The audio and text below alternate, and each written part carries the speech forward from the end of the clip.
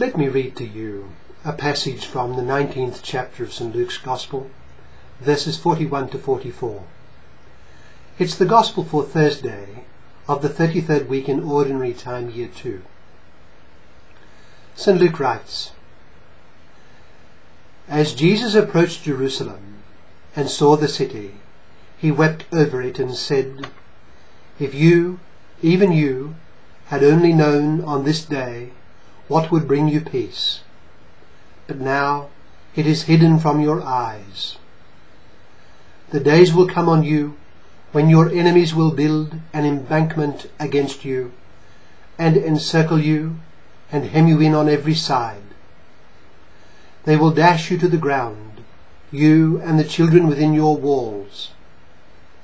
They will not leave one stone on another, because you did not recognize the time of God's coming to you. That's from Luke chapter 19, verses 41 to 44. What does it suggest to us? Well, one of the most formative subjects to be studied is history. The study of human history, with its rise and fall of kingdoms and empires, with its ebb and flow of economic life, with its varied religious landscapes, surely is the subject of almost unending reflection. Like any of the humanities, it is also the object of the most varied assessments. Take any of the great moments of history, say the French or Russian revolutions, or the outbreak of the First or Second World Wars, or the rise of the Protestant Reformation, or the Enlightenment. Whatever it be, there is no end to the judgments historians and students have formed on the matter.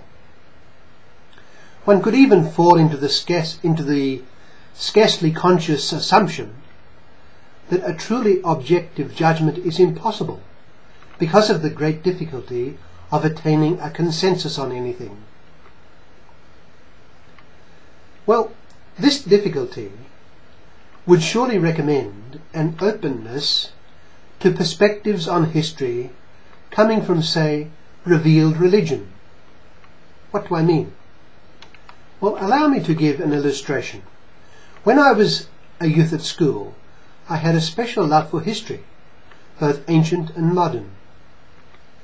In ancient history, we studied Greek and Roman history, and it never occurred to us that the history of the Hebrew nation, with its life and its inspired literature, ought be included in it, let alone that the inspired literature of the Bible could perhaps be considered as a divinely revealed commentary on elements of the ancient world. The prophets commented with great insistence on the meaning of certain invasions and disasters that befell their people. The chosen people were invaded because of their religious infidelity, though the invader did not look on it in this way. And so the meaning of Egypt, of Assyria, of Persia is to some extent revealed. I remember being very intrigued when I came across for the first time the comments of the author of the first book of Maccabees on Alexander the Great. Alexander was proud, the author states in chapter 1, verse 4. Similarly, some passages of the Gospels can be regarded as revealed commentaries on certain events in what we regard as secular history. Historians study those events and discern causes, but at times God himself has had something to say about them. We are able to view history in the light of God and apply its lessons to ourselves. In our Gospel passage today that I read, our Lord looks on the city of Jerusalem and weeps over it.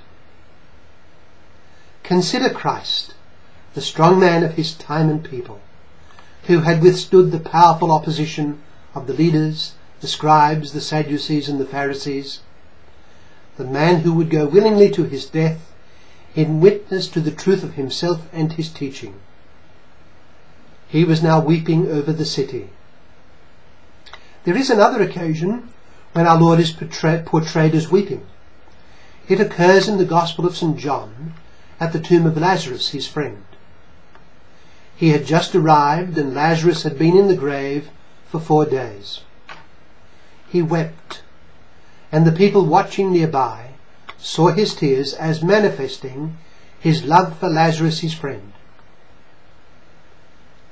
Undoubtedly our Lord wept for all mankind, struck down by the power of sin and death. He would have seen this in the death of Lazarus. In our Gospel today, our Lord weeps over the holy city, the city that was the object of Yahweh's love. He is weeping over what will happen to it. So our Lord's words constitute a divine comment on a significant event in history, the fall and the destruction of Jerusalem. He says, "If you, even you, had only known on this day what would bring you peace, but now it is hidden from your eyes. The days will come on you when your enemies will build an embankment against you and encircle you and hem you in on every side. They will dash you to the ground, you and the children within your walls." Christ foresaw the fall of Jerusalem, just as certain prophets before him had foreseen the fall of Jerusalem at an earlier time. And we think of Jeremiah in particular. This time, our Lord gives a precise reason for this coming event. They had not recognized him, and in him the great moment of God's coming to them. Now this is a great lesson for each of us. We must ensure that we are not blind to the comings of God in our life. Time and again our Lord warned his disciples to be vigilant because they did not know the day or the hour of God's coming. Jerusalem did not recognize it. We should place ourselves on a footing of constant alertness, a spiritual alertness to the presence of Christ in our life with his gifts of grace. He is passing by. Let us be always ready for his invitation. Yes, every day of our lives, Christ can be said to be passing by. He is present in our life, offering the opportunity of salvation and sanctification. The constant danger is that of spiritual blindness. Ultimately, the factor around which hinges the life of the universe and mankind is the presence of the living risen Jesus. He is the heart of the universe. He is the cornerstone on which the entire vast edifice of created reality is built. On him all things visible and invisible hinge. The one response to this that matters is faith. Faith in him and obedience to his teaching and to his commands, arising from that faith. Let us then take our stand with him and follow him along the way of daily life